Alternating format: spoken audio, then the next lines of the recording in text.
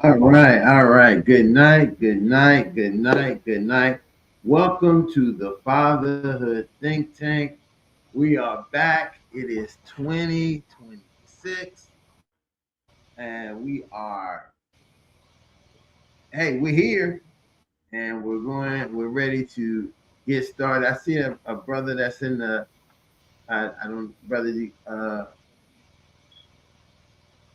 brother in the green room. Just give me a thumbs up to know if you want to come on stage or not. We don't, unless you want to. I know some people like to come in and maybe not come on stage because it's the first time. But that's new policy for the year. We're not just gonna throw people on the screen. You guys can hear me, right? Oh, okay.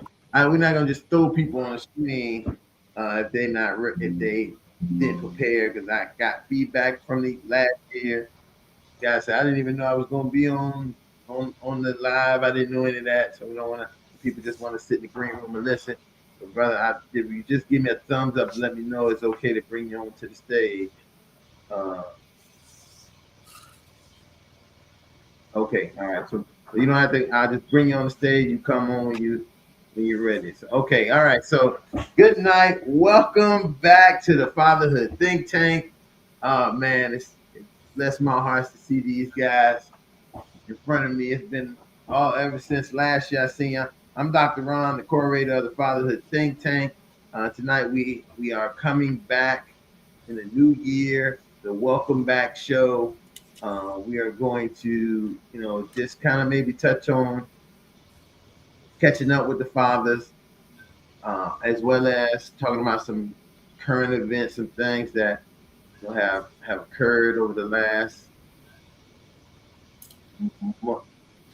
quarter of the time that we've been, out here seeing, and be able to have a little bit of dialogue. I see, and I'm gonna come to him first to introduce himself because I see you dressed in the green and orange, and they ready, they ready. Uh, welcome and fathers, go ahead and introduce yourself. Tonight's topic is just a welcome back show, and I'm so happy to see you guys, and we're gonna get right into it. Let's start with our first father. Welcome yourself back. Hey, good afternoon, gentlemen. My name is Lionel Lightborn. I'm a father to a tribe of 7 young adults, 3 young women, 4 young men, 1 granddaughter, 1 grandson, and right here all day. Look at that. And it represents the you. I told you when you come to this town, you don't play the team, you play the town. So that's what you're up against. Yeah, that's true. I can tell you the time I lived in South Florida, University of Miami is a community team, not a school team. It's the community. Everybody, if you live in South Florida and you from South Florida, FSU, University of Florida, FIU, FAU don't mean nothing. It's only about the you. So I just remember that. Thank you, Lightborn. Good to see you. The man we ain't seen in a long time. Right. Funny guy. I thought Trump might have got him. Sent him. I'm still here. I'm still around town. Well, glad to be back with the Fatherhood group, and I must apologize for my absence, and we'll probably talk about that next time. I'm a father of 2 young adults now. They're both over 18. One is 18 and one is over 18. So, the journey, the second phase of being a parent continues or goes into gear. So we'll keep on advocating and just share the words to empower those folks along their journey. My name is Rohan Rollup, by the way. All right, thanks, Rohan. Good evening, gentlemen. My name is Ed Tenney. Still in transition. I'm transitioning to be a single dad of 3 great young adults. And I have 2 grandkids. The latest was born December 22nd. Huge baby girl. Girl is huge. 9.3 pounds, 21 inches long. But mom and pop are doing well. But yeah, I'm to the grandkids right now, so I'm loving it. Congratulations, fam. Thank you.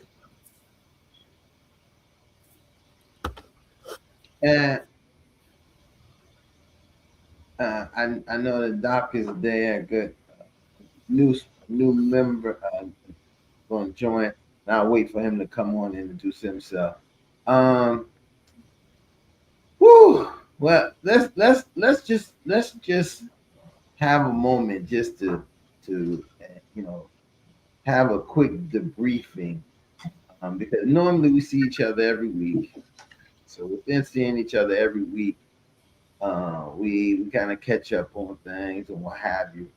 So I just would love to give an opportunity for fathers to just coming into this first couple weeks of the new year. What are you seeing right now, and where are you? What things are you, or maybe are you even planning, hoping for this upcoming year? How are we kind of even looking and evaluating that?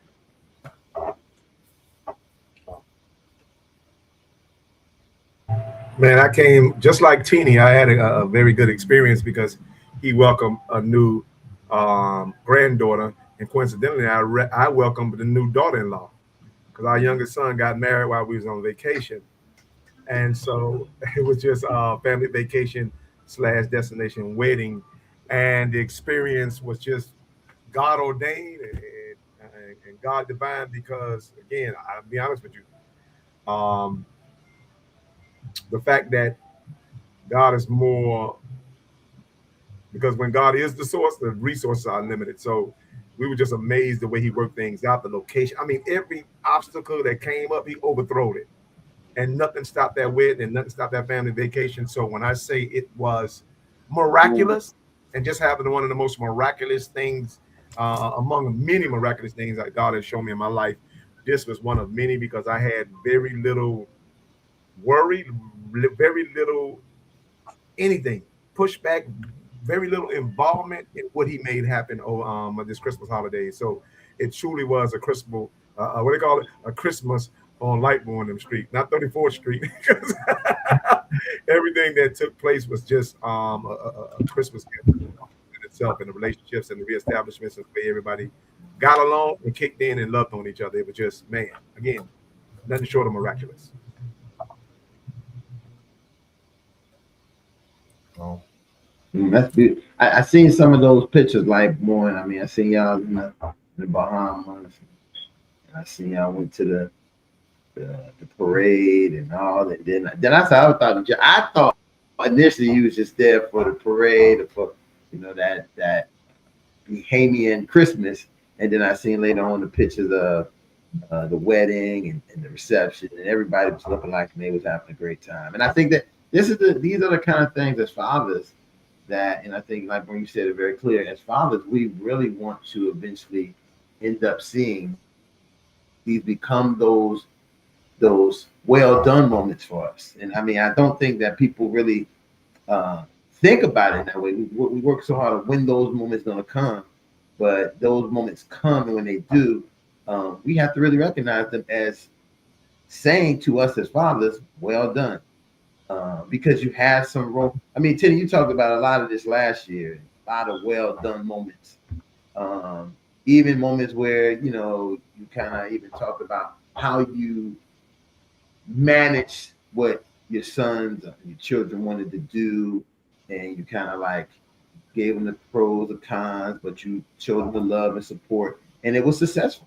I mean, look at your son. He's on the move. I can't wait to start seeing him start seeing him soon on his broadcast, on the show, and see how his character plays out compared to the character he had before, and these kind of things.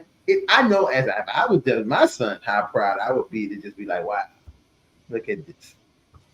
And it's not, and I don't mean to take anything away from, the athletic world, the sports world. Somehow that's the world that at some point people think we automatically go to and we feel like we're successful.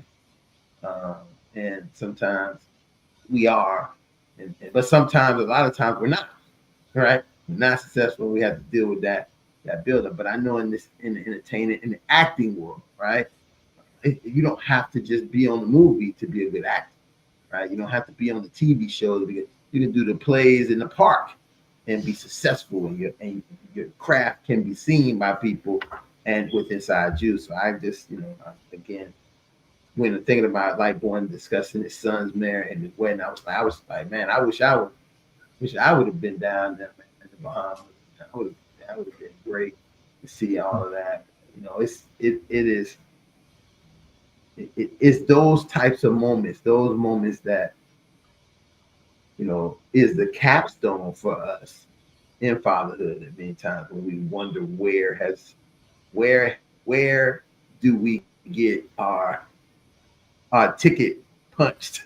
Where do we, when we get our tickets punched? When do we get our like little trophy saying, and I think it's not that we get a trophy. We get exactly that. We get to see our son initiate and take charge of his wedding and making sure his wedding happens. And that you see that he's a man taking care of his. He is at the point that you can say, hey, he's a man who's ready to be married, to take on the responsibility to have a wife, and ultimately to start giving me some grandkids from that from that union, and I will feel comfortable knowing that he's ready because he managed this thing to be at that place. Because a lot of times people do it all. You can have a lot of people, they don't do none of that stuff. Parents do it, cousins and all these other people organize. And I sometimes say, hey, when you're working hard on a project, you have investment and purpose into it. When somebody else working on it, you just coming to be a stand-in. So you might not have the same investment after the production over. You know what I'm saying? So I'm so glad to hear that. Like,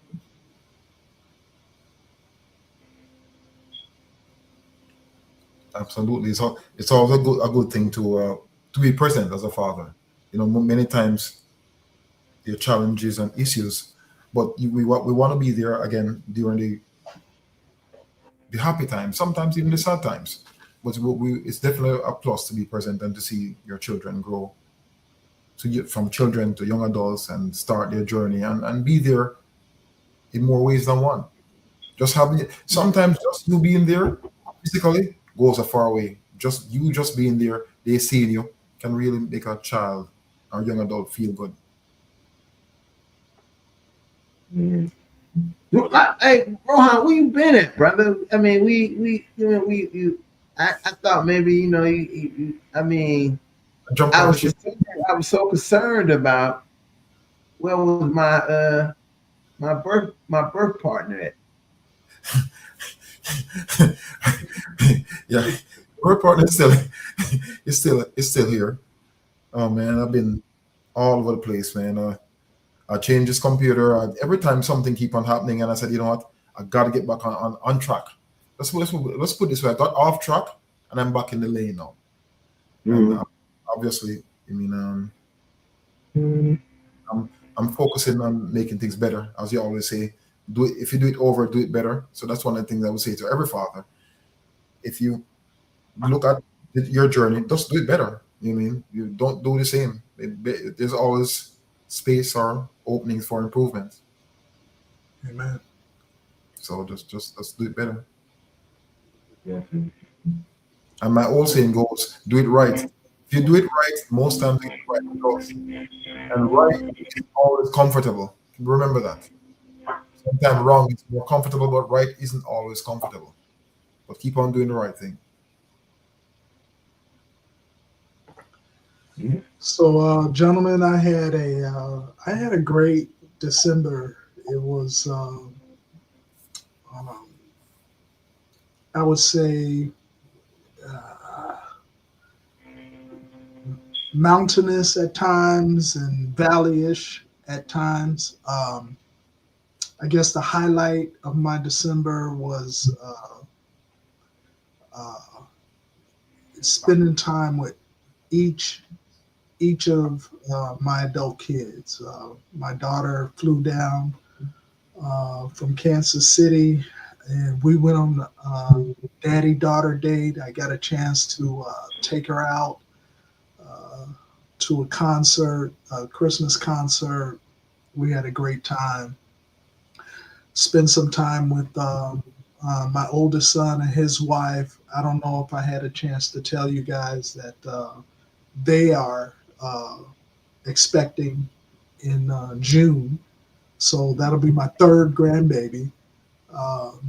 And they had a gender reveal that was just awesome.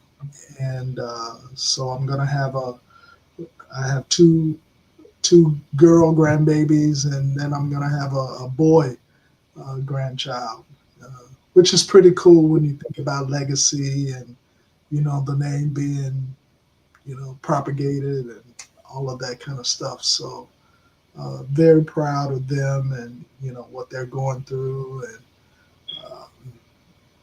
And last Friday, I just flew back from California to visit the grandbabies, the newest one. Had a great time, and it's it's really honoring just to kind of sit back and enjoy the show because it's a good show. I mean, each one of the kids are just, I mean, they're just doing their thing. Um, uh, my daughter, she's a pastor in Kansas City. She's going for her second master's degree. She's putting in work to. She's going to be a marriage and family therapist, Dr. Ron. Yeah, Um, that see that is, listen, that has been slated, especially when you are in the ministry. yeah, Um, that's a very big push because, and you know, kind of in the past, they've had ministers who would give marriage advice and couples advice to couples, but didn't look at it you know, in this holistic way. Kind of looked at it just strictly sometimes the biblical and their own and their own, you know, perception of what should happen and how it should happen, not looking at in a bigger, rich. You know, I can say this, you know, when I was a kid in high, not a kid, but a young man in college, and I was dating a young lady, and she stayed at the pastor's house. And something happened. To this day, I will always remember this. She went to the pastor to say, to not to kind of complain, but to say, Pastor, this is what validate if it was what he's doing is right or is he wrong. And I think that the pastor utilized some things that I felt like wasn't you know he was kind of biased because that was his young you know lady living with whatever, and I was kind of like, yo, did you even look at my side of the story at all? You know, and that again becomes a part of that push that a lot of people are trying to go into that marriage and family component, because I think that is a direct connection. I mean, I think that if you're going to be organized and structure and advising families, you need to begin to know some of the dynamics overall of how families are operating in today's society. I know we would like to say, hey, this is the way, but a lot of things was the way. That don't mean they have to continue to be the way. So I'm so glad to hear. I'm glad to hear that. I mean, that's really going to expand her ministry, yeah, expand the work she can do for her congregation in ways that many people don't even really think about, because they look at it kind of like, hey, you know, she's going to be exposed to, just like when somebody go to a seminary, you're exposed to a lot more than if you just became a, you know, a pastor, like a, you know, a homegrown pastor. Seminary, you're exposed to a lot more. Adding that on, man, it's wonderful. I love to hear every time I hear one of us is becoming a marriage and family therapist, because it's centered to one thing, the family. And who are the families they're going to be helping? Our Black families. And I just have to be very clear about that. That's the reason why I came into this profession, to help our Black families, because that was important. And I think it's important because sometimes we can only help ourselves. Other people can help you, but for some things, we need to help ourselves. I think I'm listen, every time I turn around, and I think as you was talking, and I was saying that you know, I heard you say that, you know, this story is a good story to watch, right? It's so it's hilarious to me, because when you hear people talk about stories of their families, they're not that good to watch. It's like I'm watching a disastrous film, but I want you to also think about, this is your reward. You know, this is a part of the reward for the work that you have put into your family and put into your children. And I advocate this so often to fathers who, you know, no matter what circumstance may occur, how you may be involved, what you put into your the little that you can do. If you can just, in many cases, only just send them a gift. You don't even get to talk to them. You just send them a gift, and they keeping that contact of something. It has a role that it plays to teach them something. You know, we teach our kids. Our kids are looking to us as the fathers as the first models, you know, of what to do. Sometimes in the comparison of what they see from their mothers, you know, and it's good to be able to provide that, and you're getting, and I would say you're getting your rewards to see the the harvest coming to position. Like I mean, right now you already got your legacy. What's that? 3 down or 4 down? Uh, 3 and 1 on the way. 2 and 1 on the way.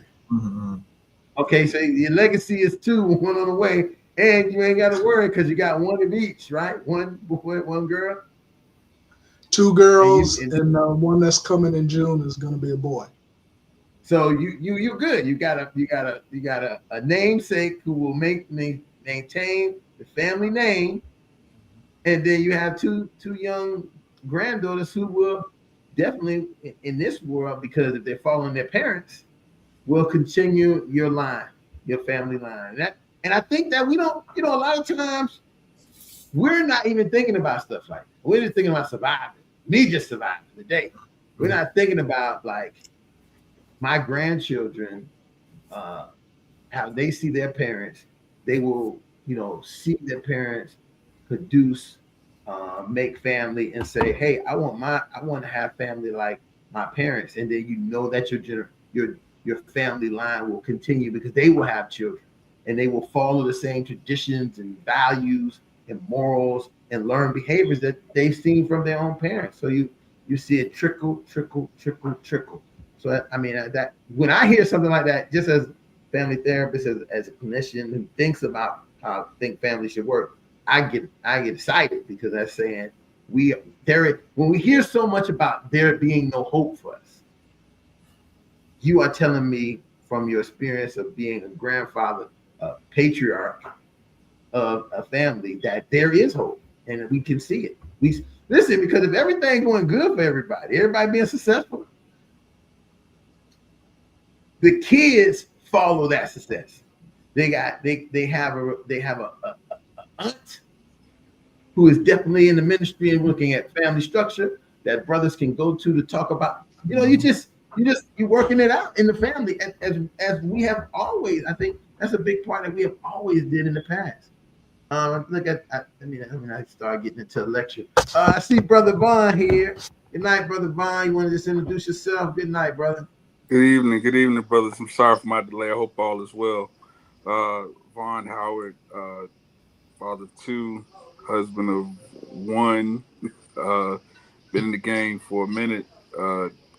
Definitely glad to be a part of the process. I've been off for a second. Some work issues, not issues, but work duties and parent duties, all that good stuff. But I thank God that I'm here again. I'm looking forward to the continued conversation. Welcome. Hey, man, did you say a husband of 1? It's what it says. They just want to let us know that Hey, listen, I got you, brother. Because we got to be clear today, because you could come and say you're a husband of 3, and we'd be like, children of 5, husband of 3. So we know you working triple duty. That's how it go down. Yes, sir. All right. Tonight we're just, we're welcoming you guys back and talking about, things that we have kind of left or involved ourselves in these first couple of weeks of the year. Hey, Doc. Hey, brother. Okay, you can go ahead and introduce yourself. Just your name, who you are, and the number of children you have.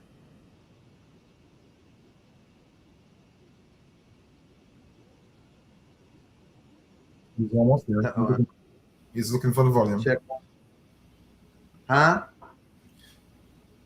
He's looking for the volume. No, it looks like he might be frozen. Might be frozen. Oh no, he's not frozen. Let's see, it might be. Maybe he can't hear right now. You can hear me? Oh, okay. So Vaughn, if you want to, at any time you can jump in here. Talk about what's your what are you looking at the new year and things of that nature.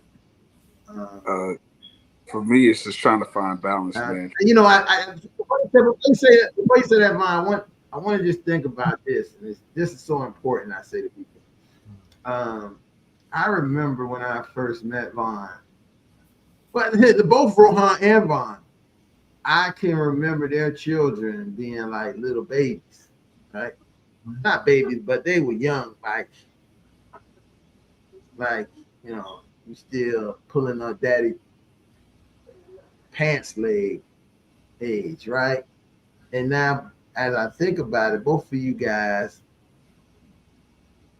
the time has really flown. And Rohan, both of your kids are basically 18 now. Yeah, 18 and 20. 18 and 20.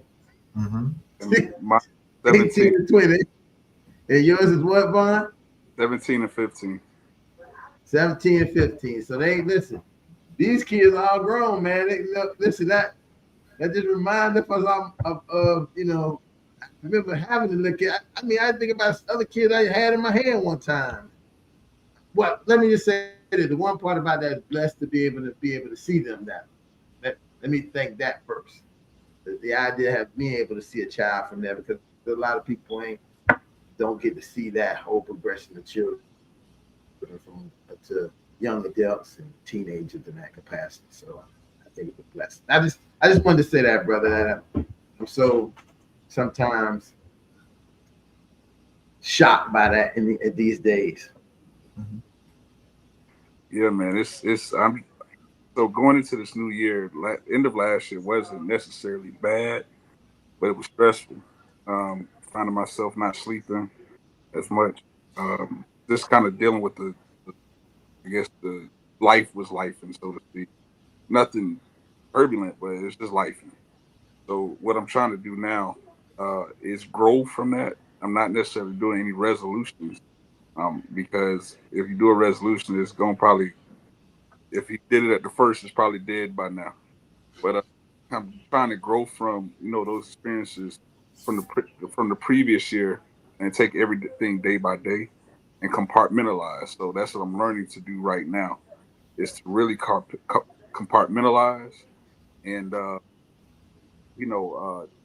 learning how to say, yeah, I'm going to be a part of something, or no, I'm not, without feeling bad about it. So, that's one of the things for me that I'm dealing with and learning each and every day. You think that I would have learned that by 46, but that's not necessarily the case.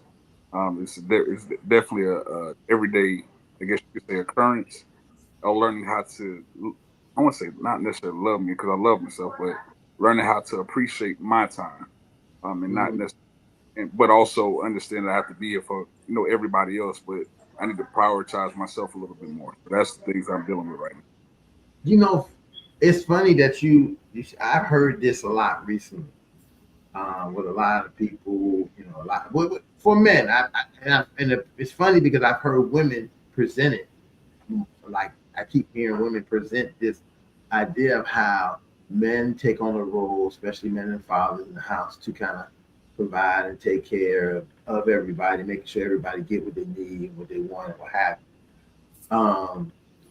But what sometimes happens is no one recognizes, sometimes don't recognize when father's not getting what he needs, what he wants, and it becomes negative, right?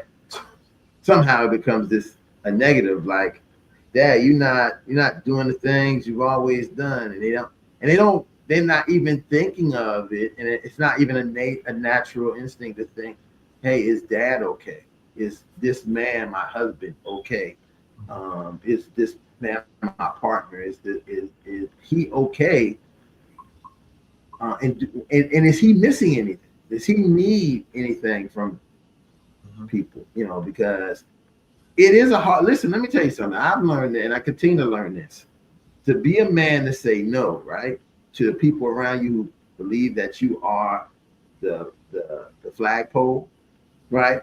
When you are the flagpole, and to tell them no is devastating. It's almost the end of the world. But we have, and not devastating to them, it's kind of devastating to us because we feel like we're not doing what we should be doing for our families and even sometimes outside our families, even in organizations. We feel like when they say we need somebody to do this, if we say no, We feel like we letting the whole organization down. It's gonna fall down. It ain't never gonna survive. I better go do it because and what the reality is that that's not good for you as a human. You're still a human being just like they are. And the way we can sometimes address that, I think, is through communication. Have a conversation, sit the family down and say, look, Daddy about to be vulnerable with y'all. I'm not doing too good. Y'all still getting everything you need, this and that, but I'm not doing too good. Now, a lot of times brothers are not going to do that. They'll just do the other thing. We'll go get devices. Devices will make us feel better, but not really. They make us feel better while we're doing it. The drink will make everything go away. We'll feel, maybe we get some other smokies and this and that and make us feel we get high. Sometimes we go in, elevate our manhood, and then say, hey, see, I'm doing good because I got all of this. I'm getting all of these things. And none of those things is doing anything but about to get us in some more trouble that we should have just told and been straight or talked to somebody and say we're going through something.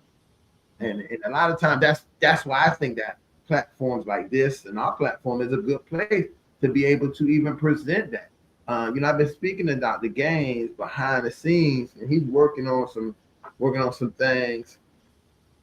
And one of the things that he's working on, if it gets on the ground in South Florida, one of the things we're thinking about doing is going back to having a private meeting, for fathers. That is not having to be public, that is more private and touching, issues that may not be to the level that people want to present on the live, on the broadcast, and I definitely understand that. But then we also would have it on the ground route for them also to base from, So I think that's a big part of that as well. So those are things that, these are things that when I listen to what you're saying and thinking of the things that we need just as fathers in general, and that is important because our families will not be any good if we're not good on being able to provide. And when I say provide, I don't want people to get this confused. I need to come up with them. We need to be able to provide them the leadership, right? The leadership that is expected to us as the position we have with the privilege of being a man.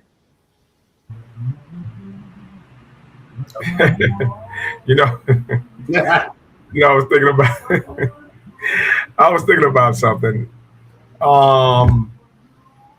We had the New Year, so we're gonna be big on New Year's resolutions and just about everything that's taboo that goes along with it. But one thing came to me. I realized, if I don't realize nothing else right now, I realized that a foolish man with a vision is worth more than a wise man without one, right? And so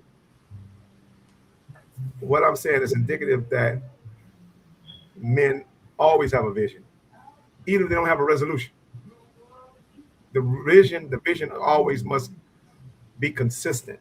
You understand? Because technically the vision is who you are and you are the vision. And so with that, I think the old adage of people don't plan to fail, they fail to plan actually holds true when it comes to not having a vision, because that's the reason we don't fail up. We don't plan to fail, we fail to plan. Is because most people in that position don't have a vision. And what I mean by a certain vision, it's only 4 seasons in a year. So it's very basic and very simple. What are you going to do the first season? What are you going to do the second season? And it has nothing to do with a goal, but everything to do with a vision, because a vision has everything to do with we and nothing to do with me. Your goals are relegated to me. Goals are relegated to me. But vision are relegated to we. And I think that's where most people fall short, even be it man and women, is because we're more intentional when it comes to the me, and that's lackadaisical when it comes to the we. And so I think we need to figure out what. It's so much so that it happens in the church right now. We got more me messages than we messages, and as a result of that, people are more getting high on self-preservation than they are on the very salvation they're there for. And so, with that, again, we have to be more we driven and figure out what that look like to be more we driven than me driven. And when you're going to find out, either way it goes, it comes back to you. And so you would have to tell people, oh, I'm having a bad time, because when you cover people long enough, people eventually will cover you. And I don't have to explain that, because Teeny is a living testimony of it, because he covered people enough for him to reap it when he needed it. And so people already knew where to kick in at, simply because the vision he was, you understand, evolved into the vision that he needed at the time when he needed it. And so I just, man, I'm like, you guys are nothing but seeds that are, and we are seeds, and we're farmers. As fathers, we are farmers. Just should be ready to reap the fruits when it happens. And again, you may not be in the best of situations when you need those fruits, or when those fruits happen. You understand? But you're gonna thank God they happened when they did, and you sowed it when you did. Well said. Because if you, I mean, I think that, like, boy, you're right on. I think strangely, with this being a welcome back conversation, and talking about where we go, and I love the idea of the quarters and what are we doing in each of those quarters, and this is something I guess I've been working out and kind of like trying to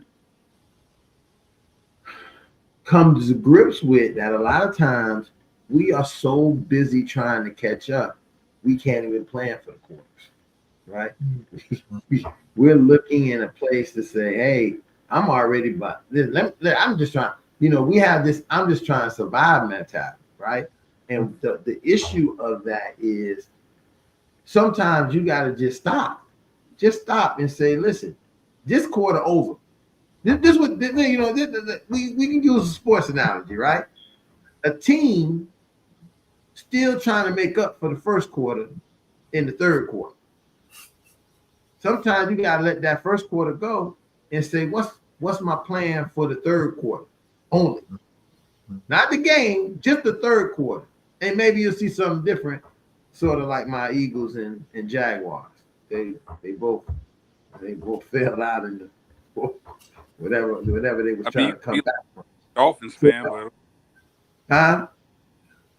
I say you could be like me and be a Dolphins fan. At least you got something to cheer about. Well, see, that's the survival mode, right? You don't even have at this point, it is such a survival mode, and that being in that capacity, you can't even think about, when you hear me talking about, oh, we didn't make the quarters, you're like, we didn't even make the life. Basically, I mean, we was at the shelter the whole. We was in and out of shelters. Sometimes we was on the street. You can't even think about, oh man, I didn't get into this place. I didn't get in that. And that has to be something I think sometimes that has to be important for us is to think about. Sometimes we can get into the one thing I always loved about this body and this group is that it is by nature, when you might think that you are facing the worst thing you ever had or experienced. Now here I am crying about the Eagles and the Jags, because it was my Super Bowl fantasy. Here goes somebody to remind me that, man, we didn't even have any kind of season. We lost one of our key players early in the season, and then we was running around with this guy who couldn't do anything. So it changes my predicament and say, oh well, it ain't that bad. It ain't that bad. We did make it to here, right? And so on the mercy of the Dolphins, we wasn't the Dolphins, I guess I could say. Brother Rohan, how you doing, man? But yeah, hey, like I'm standing, pal. I'm still standing, still being grateful, and as I always say, I'm focusing on the good. You know, that's all that keeps me above, and just do the right thing. You know, as Lightburn, I mentioned numbers. I'm kind of a numbers guy, like Lightburn too. And we, for all men, let's just don't forget our health. You know, we carry so much. I won't say burden. We carry so much on our backs for our children. We got to check our health too. I mean, many men, we need to just keep our numbers. Our cholesterol, or A1C, or our blood pressure. Let's look at those too. As Ron said, many of us don't verbalize, but don't be afraid to just keep those numbers in check, just to see what's going on. Maybe you need to add here, lose a little here, and just try and be around for those memorable moments that Lightburn mentioned earlier. It's something to think about. Mm-hmm. I mean, I think that you're absolutely. I mean, again, I think that I'm with Ed on this. I know where Ed coming from, and I think this I'm with him on this. When he asks, "How are you?" I feel that same way. You know, I'm hoping that you are doing and being the best. And if it is, and you need to, call me after this. You know, I think I told you this from the time we met. Never feel that the phone call to me is ever a problem. No, of course. I think that's a big problem sometimes we have. And I'm not speaking exactly about you, Rohan, because you call me all the time, right? But I think sometimes that's what happens to brothers and fathers. They feel like they don't want to burden anybody. They don't want, because, and maybe at some point they have had experience of that. And sometimes we haven't been here to be that iron, being that sword for our other brother. Sometimes we can easily, what I've learned is people really good at conflict and criticism, right? We're really good at it coming on that end. But when it comes to another end, it's like giving grace, helping people get grace, and helping people with upliftment. Sometimes we don't.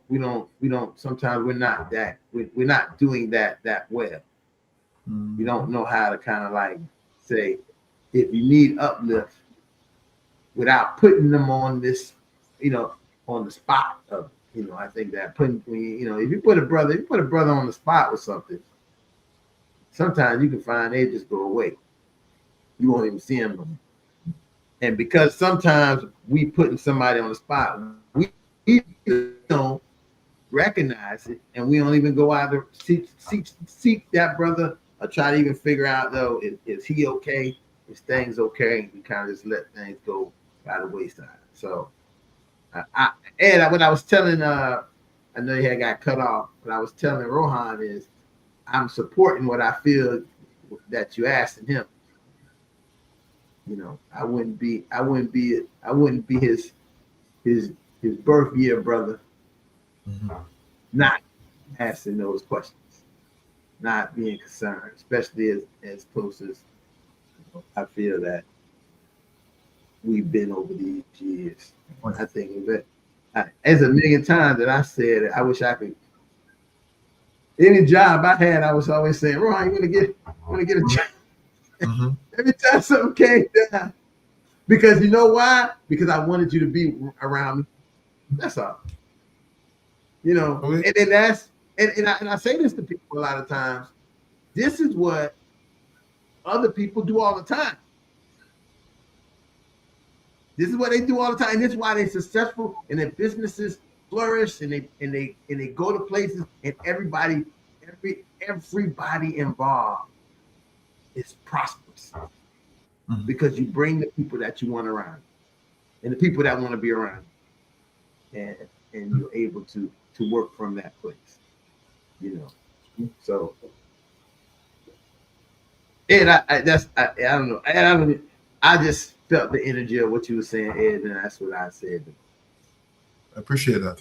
The WhatsApp chat. Are we all on the same WhatsApp chat? Do we the Fatherhood WhatsApp chat? Yeah, we still. I mean, I think we all still on there. Yeah, I mean, everybody I know is on there. Okay, I just want I to. mean, again, let me just say this, and I shared this. You know, we lost brother Chad Campbell, and I don't know how many of you guys remember Chad. I know Ron. I know you know him definitely, Ron, 100%. And like, well, I'm positive you know who he is because he was there when we were still at. He was there because I have a picture that somebody made of a collage of that time frame. It's sitting right in my house. And he's on every one of those after those pictures we used to take at the Carter at Carter Park. He's in almost every one of those pictures. And you know, it just, and I think about when I thought about, you know, his passing and it happened, the first thing I thought about is all the fathers that we know in that program.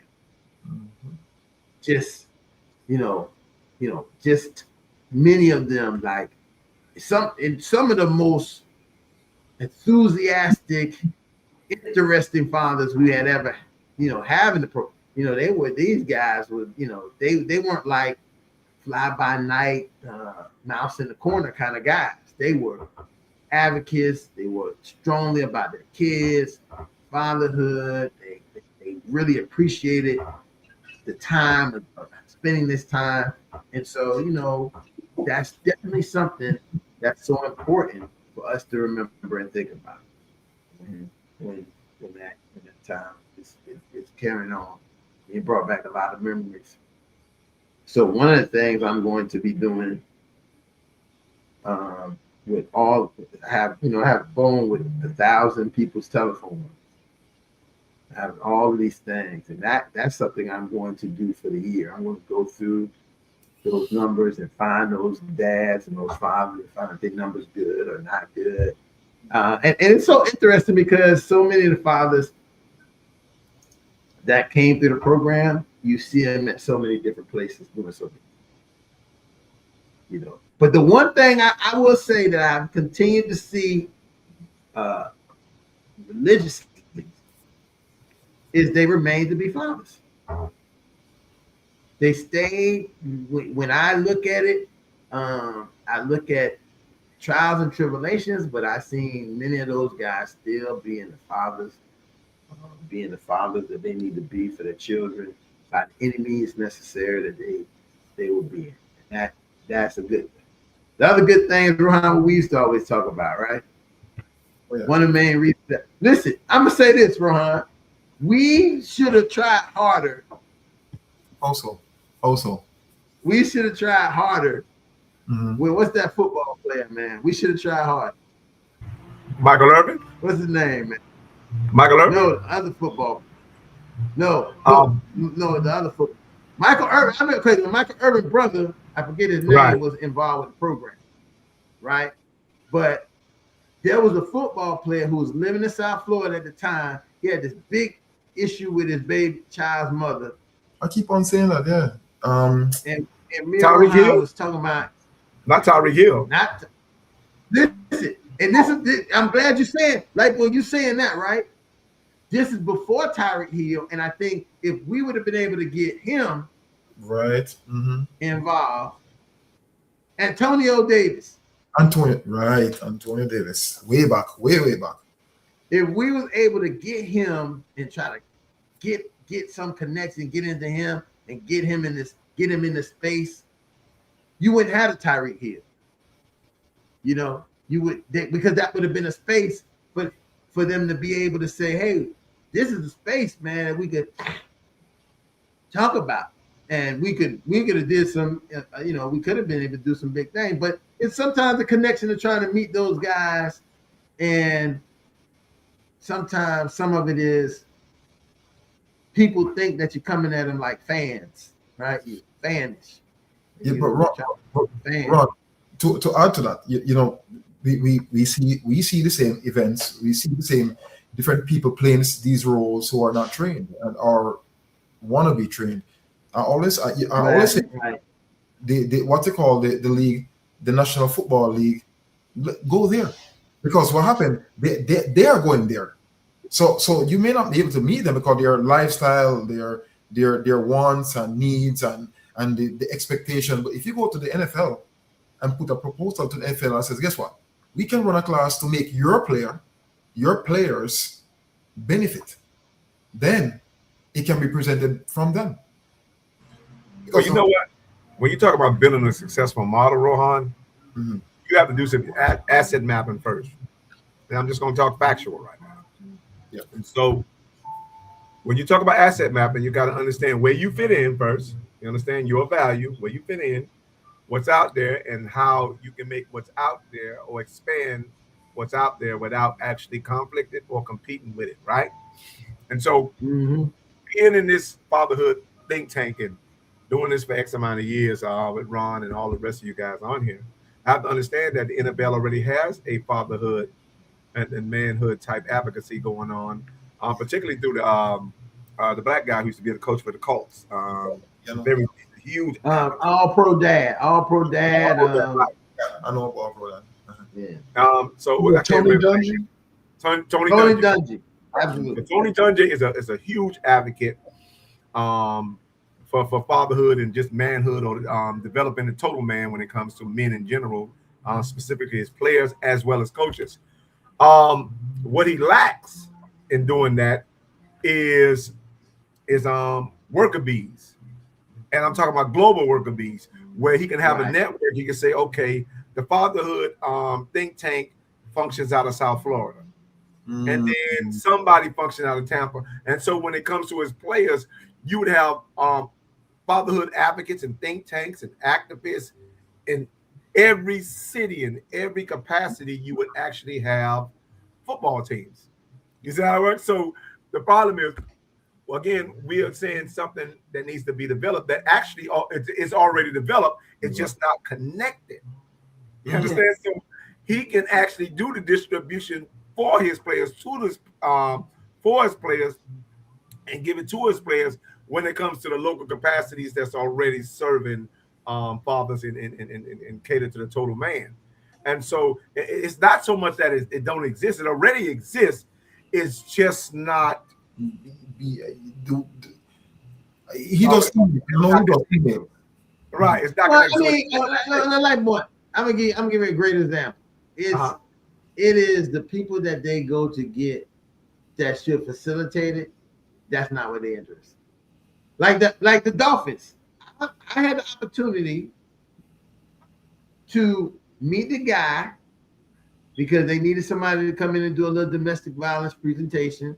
Back, meet the guy who managed and who was the therapist or whatever for the team, right? Or whatever. Well, maybe there was the therapist for the Dolphins organization. So he came in, he would do like presentations, this and that. But I think what ends up happening, what I observed, is that he didn't put a lot of effort into it because I think that it didn't seem like that was the interest, right?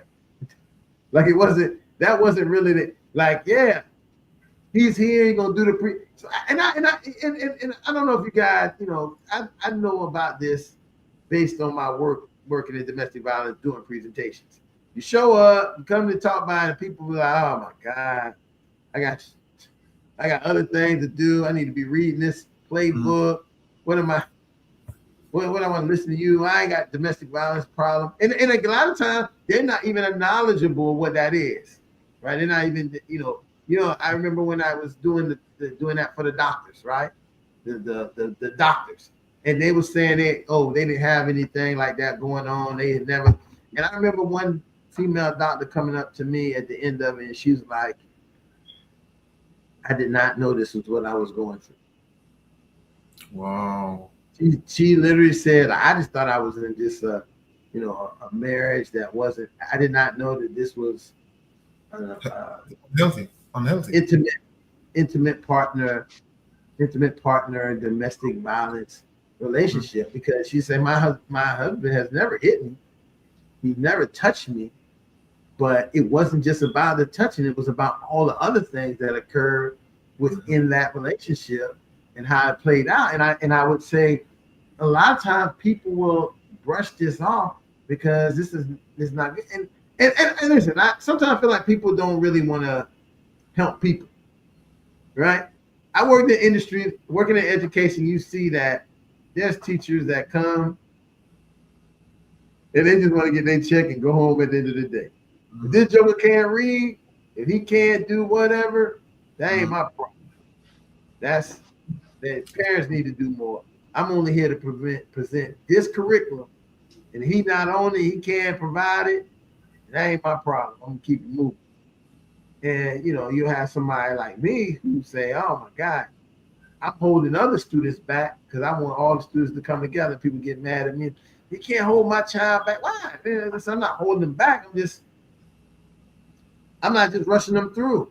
I'd rather than get all the stuff and have it good and have a little bit than have a whole bunch that don't know none of it. And Ron, a lot of times, the good thing you brought up. I remember years ago I was watching this football player, basketball player. What's his name again? The one who did Michael Jordan. He went back to the school and he took his janitor and bought him a house. And I'm like, is this real? And when he bought my house, I think he said that janitor believed in Michael Jordan. And years later, when he was down on his face, still working at the school, Michael Jordan went back to the school and bought him a house. So look at that. You just said some people come and get their check, which we see it every day. I get my check. I do my 60% or 50%. But here's a janitor. Here's a janitor who's not even a teacher, who believed in a student. And maybe just by believing in a student, look what happened years later. So doing the right thing and taking time for that student, it may not be the reward right away, but it may be a reward down the street. Mm-hmm. Something to think about. I never. No, that's good. Was what you just described was something my pastor heard him quoted rather. He said, "People don't care how much you know until they know how much you care." And my mama always used to say, kindness goes a long way. Now, you just describe how far kindness can actually go when Michael Jordan, who's a superstar that has no conceivable reason to remember you, remembers you, and not only remembers you, he values you, and then go ahead and makes the purchase and action plan that he does to empower you like he felt you empowered him X amount of years ago. And so there is, I think we have the value what empowerment really look like. And we function on a lot of pseudo empowerment because our empowerment is predicated on what a person might be tomorrow as opposed to who they are today. And so if you're going to really empower people, you should empower who they are today. You understand? In spite of what they might be tomorrow. You understand? And I think we see morality as some type of pseudo investment right now, and something that we feel like that we should be getting something out of tomorrow if the possibilities are likely. You understand? As opposed to less likely. I'm like, listen, I'm going to sow this kindness whether I reap it or not. Most people sow kindness now predicated on what they reap. You understand? As opposed to what they may not reap. And that's sad. And so I think a lot of us, I think we have to reevaluate our morals and our reasons for particularly doing things and being in relationship with humanity, simply because it will benefit all of humanity for me to sow this kindness today, as opposed to just benefit me. And so that's what I'm watching a lot of. We've come. I'm just be blunt with you. People say what they want to say about Trump, but I think we got the president after our own heart. he's exactly what we are. And people may not think they are, but I'm like, no, you're that. I agree with And that. so we are that. We don't think we are. I'm like, no, you're that. And so, again, I always say it, and I'll say it to the end of time. I said, the only thing worse than an unrighteous person is a self-righteous one. And so I think we think our self-righteousness somehow, and we love it because we need him. We need Trump to validate our self-righteousness. So we need that unrighteousness to try to prop ourselves up as self-righteous people. And that's where our heart is. Our heart is nowhere near humanity and the holiness that really is pleasing to God per se, for all you God believers, and lovers. But for everybody else, I think we got exactly the president we deserve. And so I'm not mad at Trump. I understand him completely and totally, because I understand what we've become. And I see it every day. We got people who think right now that kindness, charity, and education is a status, not a service. We don't care about the service of education and love and all that other stuff. We care about the status of it. Mhm. And that's exactly what we use. And so this is why we got exactly who's leading us right now. That's right. That's right. You Remember, know, life more. many things that you see is being thought in many people's head. All he's doing is doing it. Birds of a feather flock. Right. Rohan, you're absolute. Listen, it's funny. I love these. I love when we have these conversations because it gives an opportunity for me to listen, for our brains to be able to calculate and begin to at least give people maybe some hypothesis about what they should start thinking about in reference to how they continue and what they do. Like boy, you said very clearly, we got what we deserve, right? And very often when I was a young high school and the boy who the guy went off to college, he came back in town, he died, he got killed. And I had from that first time is ever when I had to think about and deal with actually knowing the person who got killed, right?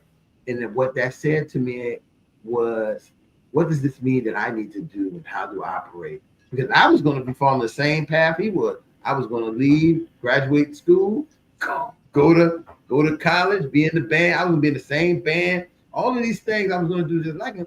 But then what happened when that happened to him, the message, right? The message of that happening made me think about how I do things differently and how I operate, right?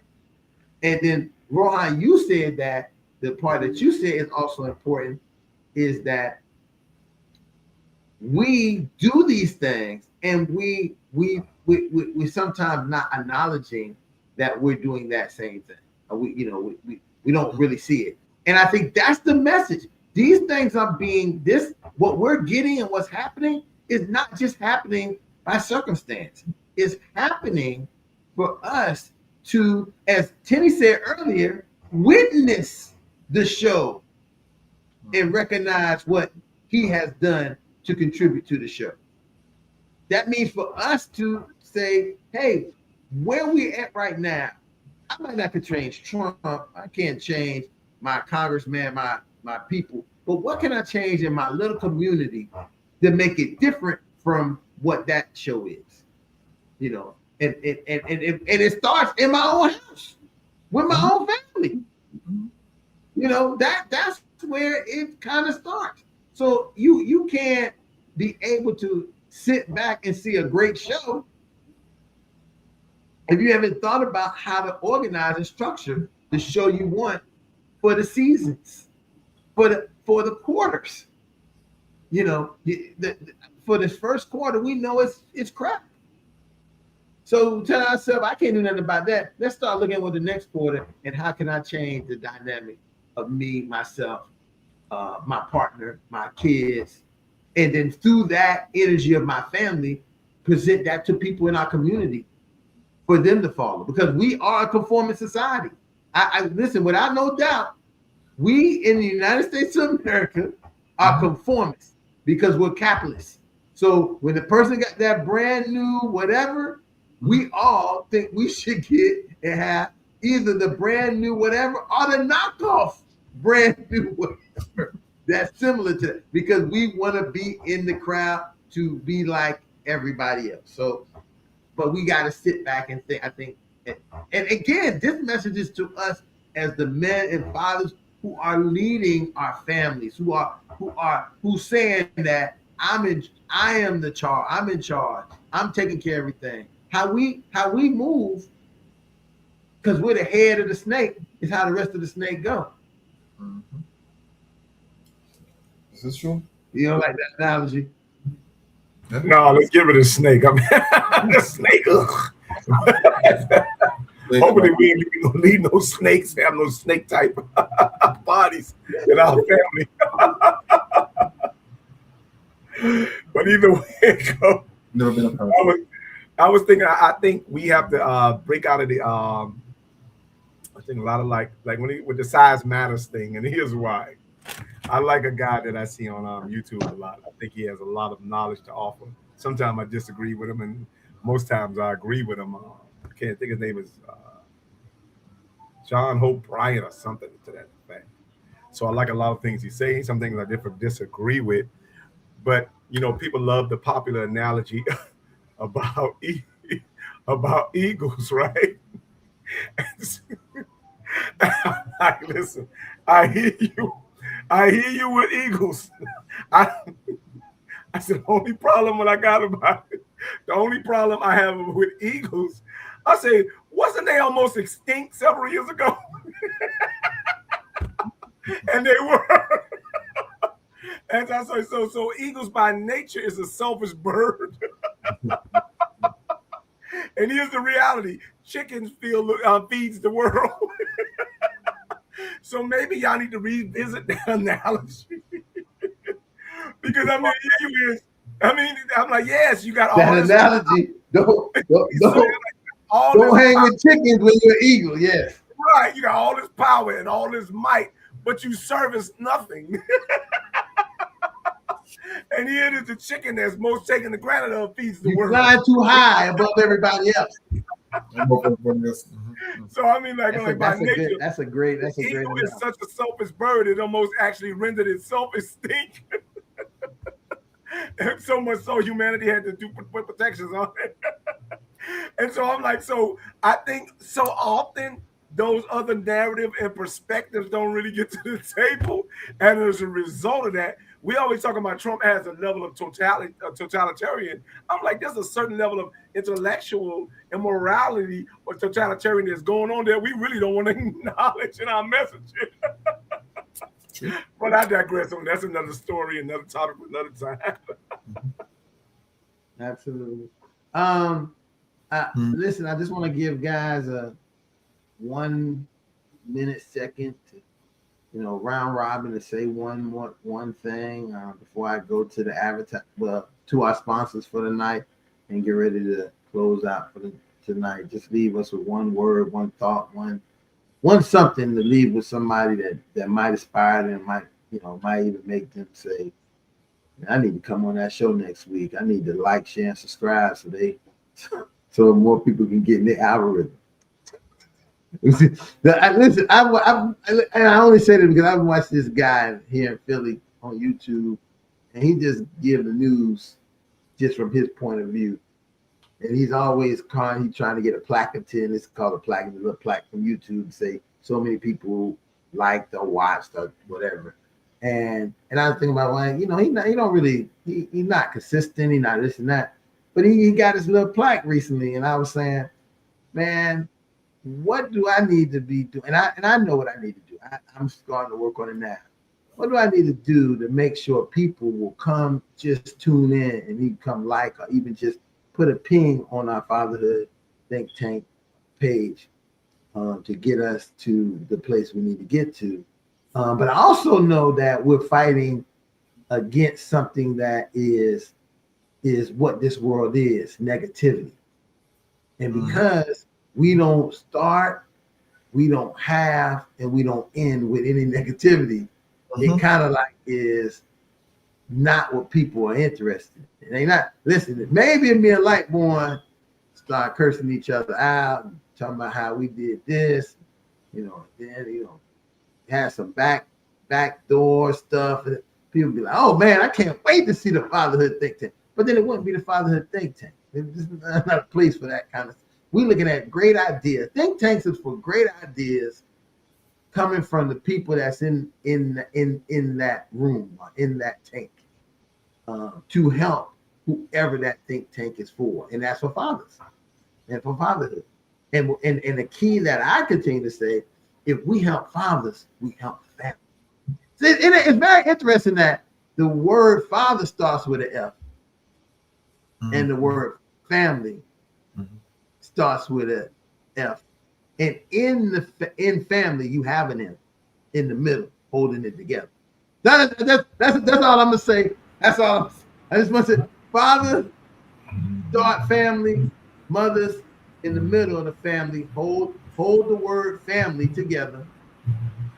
You know what, Ron? It is the reality about these shows, and why I think you should be, and we should be very grateful for the shows that we put out there. I'm talking about we're rounding about 200 shows already.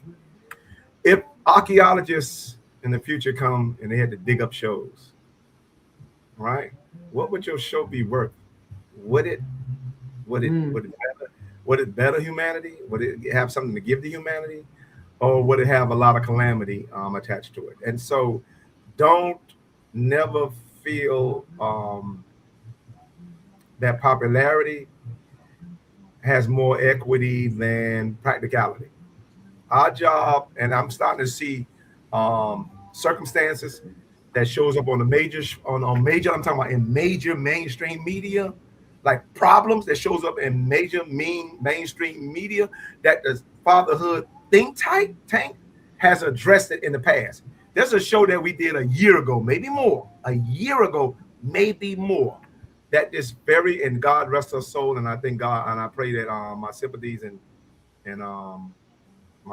condolences goes out to her family and community. But we did a show pertaining to I guess it was a ride or die or something like that. It was about having it was about women, dying during birth. And so would we choose the woman or the child? I remember that vividly. Right. And so this young lady who's a very popular, she had passed away, last week actually. And she passed away. Right. And she passed away, and coincidentally, she shares a name, the first name with my daughter. My daughter's name is Janelle, and I think her name is Janelle as well, I think. And she passed away during birth. Here she is. She's a midwife. She literally specializes and went to school and matriculated and became very prominent and being a midwife. And when she had this might have been her first child, I'm not sure. Yes, but she died. This was her first child, and so she died during childbirth. Wow. Here's a lady who was anointed. I mean, matriculated and just really delivered over 300 babies. Delivered over 300 babies, and then died during childbirth. And I told them, I said, "Wow, it's coincidental because the Fatherhood Think Tank that I'm a part of, we did this show more than a year ago, and we talked about this particular topic in depth, and which I'm sure that can be very. Remember, I told you if an archaeologist come and dig your show up, would it be beneficial to somebody? Well, right now, that particular show can be very beneficial to her significant other or the father of her child that has to raise that child and have to deal with that particular circumstance right now that we did over a year ago. That's the power and the integrity of the Fatherhood Think Tank. It doesn't have instant gratification. It has long-term modification and mobilization that can actually be beneficial to the people that need it at that particular time. For the show, there are so many things. There's so many things that are changing as we speak. We know where the men are. We know where they are Friday nights. We know where they hang out. Many are trying to relieve stress. Many are just trying to forget life in general. So maybe we could again target men, because we know that more men commit suicide because they don't have a venue like this, a place where they can go, like Cheers. So, and just speak their mind. Let's just use that for a quick example. So, because we know men out there are hurting and are pretending, as what Ron said, the presentation, we have to look to aim to those men, aim to some of the topics that they face day to day.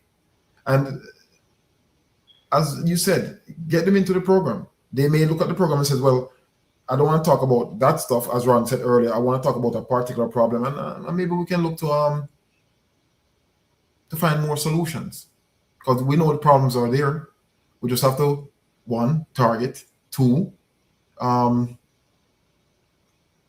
again, because they're there. The men are there, but they are in isolation. They're by themselves. They are there by that club. But we just gotta look at it that way. And don't forget the younger men too.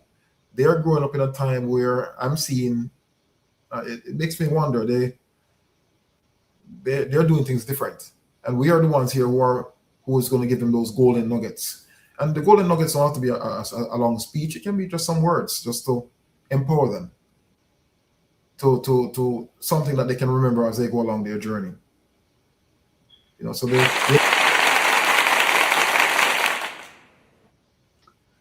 I guess, gentlemen, you mentioned a word. The word for me, like, going into this new year, I think would be confidence. I feel like 2025, my confidence was shattered.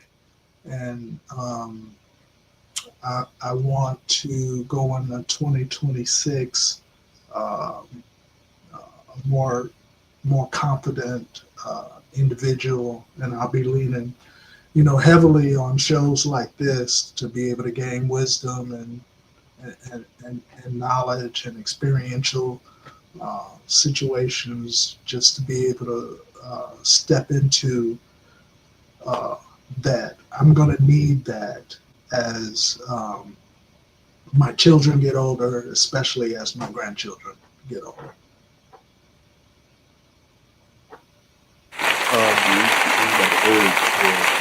For this show going forward would be just to simply grow. Grow from mistakes the day before to be better the day, so that you can help somebody in the future. I think this is what this show is, both personally and collectively, not only to grow from a person, but also grow as a collective for others to learn from, pour into us through our daily, so that we can be the men that we're supposed to, that we're meant to be, and that we're destined.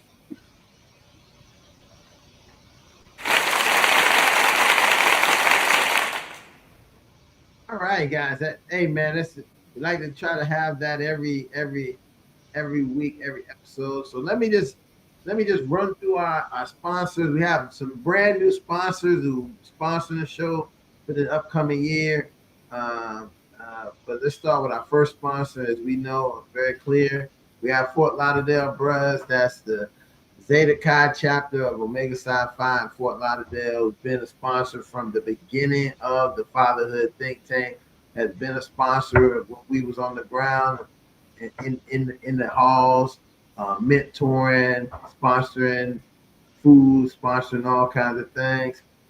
We also have some of our new sponsors. One of our new sponsors is the Zeta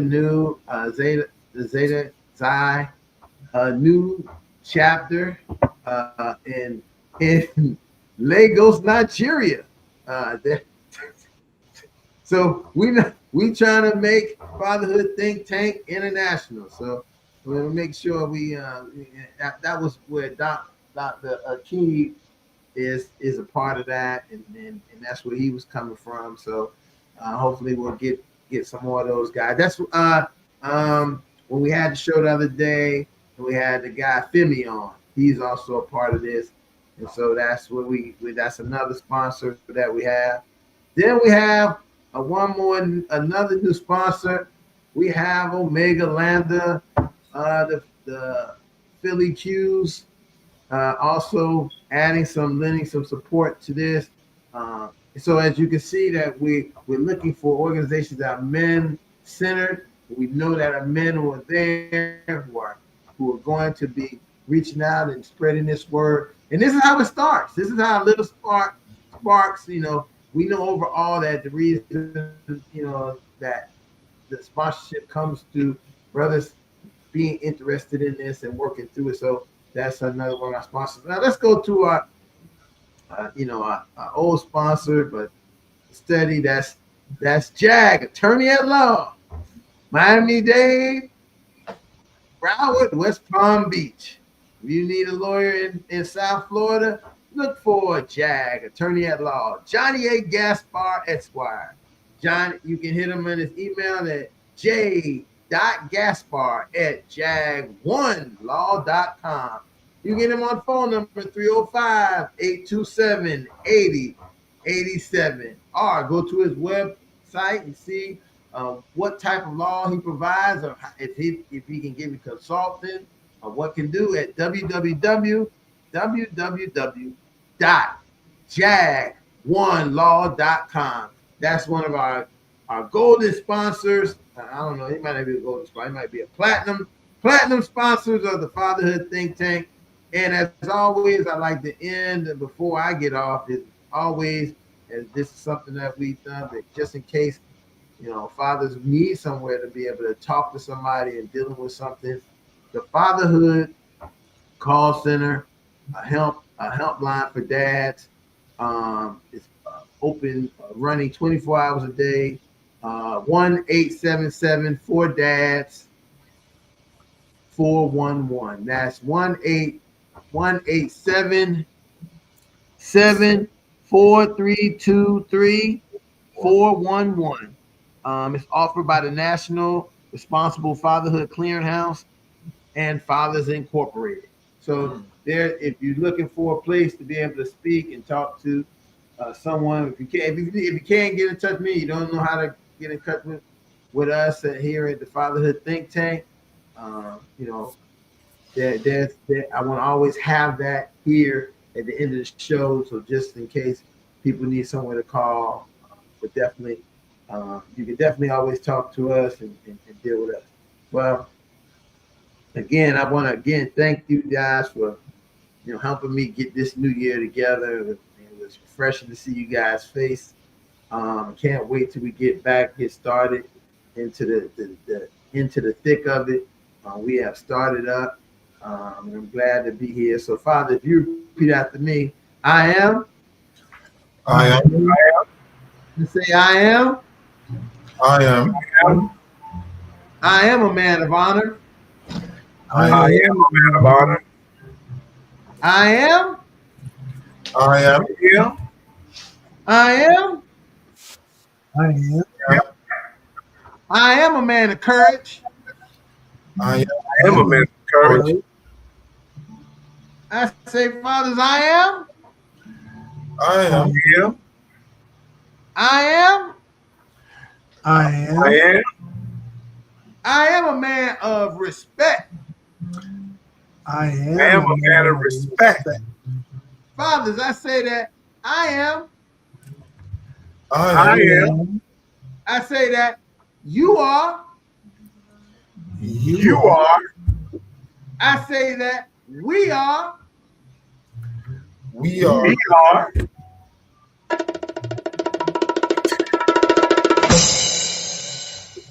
Championship father. Straight up. I like the drums. That was a nice touch. It is what it is. So again, folks, I hope this helps you guys get back and celebrate a good week, rest of your week. For anybody watching, like, share, subscribe, so you can get in contact, know when we coming on. Hit that bell up in the corner so you can be a part, listen and listen to the Fatherhood Think Tank. Thank you for listening this time, and we see all here back next week, Tuesday, 7:00 at the Fatherhood Think Tank. Good night. Peace.